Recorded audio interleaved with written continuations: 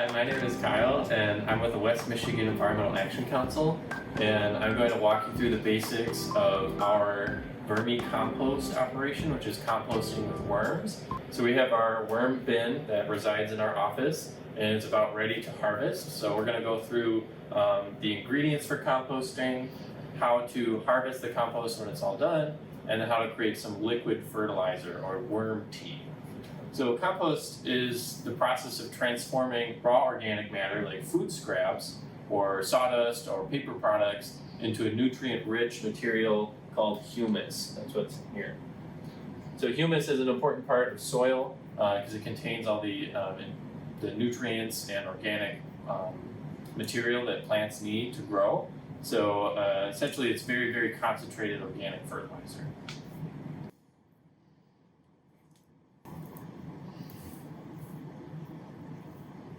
Here's one of our worms. These are red wiggler worms. They're most commonly bait worms.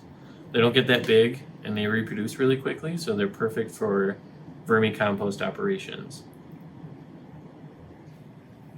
So there's many benefits to composting. One primarily is reducing your amount of food waste. So this is some food waste from my dinner last night, some green bean ends, strawberry tops, bell pepper rind, eggshells, avocado, skins. So you can compost pretty much anything organic. So the skins, the shells, the husks, the seeds, the cores, rinds of most food. So instead of sending that food to a landfill where it might produce methane gas, which is a potent greenhouse gas, you can compost it and then capture the nutrients and organic energy within that food. So using compost improves the soil health of your garden or your houseplants or wherever you're using that. It adds vital nutrients for plants to use and improves the structure as well. It helps it hold moisture and air more so than mineral content like sand and gravel. Conserves resources. So instead of buying chemical fertilizers made from petroleum, you can make your own fertilizers that we'll get to later in the video. Liquid fertilizer called worm tea. So you don't need to import synthetic material from phosphorus and nitrogen sources. And it's also very personally satisfying. It's a lot of fun seeing your food that you weren't able to eat turned into nutrient-rich compost right before your eyes. So you can compost all sorts of things, but there's some things that you can't compost. Mostly you would like to have only fresh vegetables and fruit scraps in there. So something that's unprocessed, such as the eggshells, the ends or seeds, cores, skins of fruit and vegetables. You probably don't want to compost things like bones, meat, dairy, cheese, bread. Those are really processed foods that the worms probably wouldn't be able to handle, and it might cause some unpleasant odors or attract wild animals to your compost, things like flies or raccoons, nuisance animals. You want to stick to very fresh, unprocessed things. You also want to maintain a ratio of brown and green material. Brown is dry things like paper, sawdust, nutshells, dried leaves, pine needles. Those are very carbon rich. They're pretty dry, they don't have a lot of water, so they'll add a nice structure to your compost. Green material is things like fresh fruit and vegetable scraps, things that have a lot of water in them, a lot of nitrogen. You want to have about a 3-to-1 ratio of brown to green. So majority brown, carbon-rich things to provide the structure, and then a little bit of green, nutrient-rich things that contain a lot of water. There's a lot of different kinds of ways to compost. So you can buy a prefabricated composter bin from a variety of sites. That's just basically a tabletop version of what we have here. Comes with different layers that you can add your compost to, add worms if you want. Really, really nice. Some of them look very designer as well. You can buy an outdoor tumbler, which is a much bigger compost operation for a lot of food and yard waste, and usually comes with some mechanism to tumble or turn over the compost to add air and get a lot of nutrients in there. Vermicomposting is a specific kind of what we're doing with worms. It speeds up the process significantly. The worms go through and eat the food. They emit worm casts, which is the humus. Or you can do a wire bin, which is another outdoor version. Basically, it's a tube of chicken wire that you just dump a bunch of yard waste into, let that sit for a season or two, and then eventually you can harvest the compost that it creates.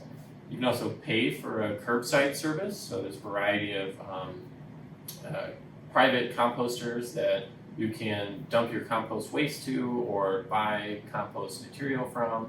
And then of course the DIY bin. So this is what we've created, 2 big Sterilite tubs with a bunch of holes drilled into. We bought some worms online and then just started the compost. So this is our final compost. Got some food chunks in it, so we're just going to add some to our colander. Break up any of the big pieces. Start sifting out that final compost. It'll fall into the bin. This is what we'll use to make our worm tea or add to our houseplants or gardens. Take the colander a little bit. All of that should sift out. Any of the thing that's not processed yet will stay in the bowl, including worms.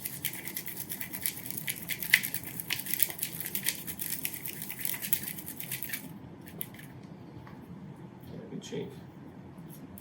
And we'll dump this back into our waste bin. So this is what we'll keep and then put back in the compost bin. It contains some undigested food, some worms, all that good stuff.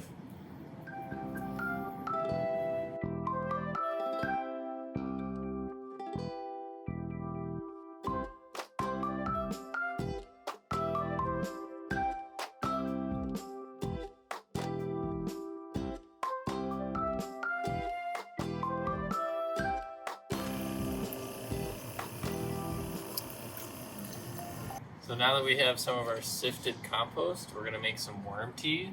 So what we'll be using for that is final compost sifted out of worms and food scraps.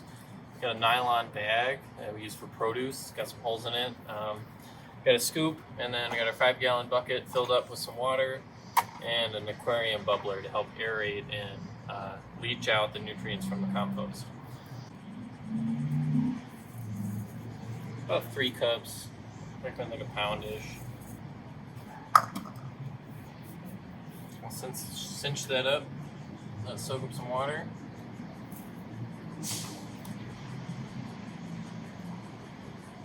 Turn on our aquarium bubbler and it'll start brewing. Usually let this sit for about 24 hours.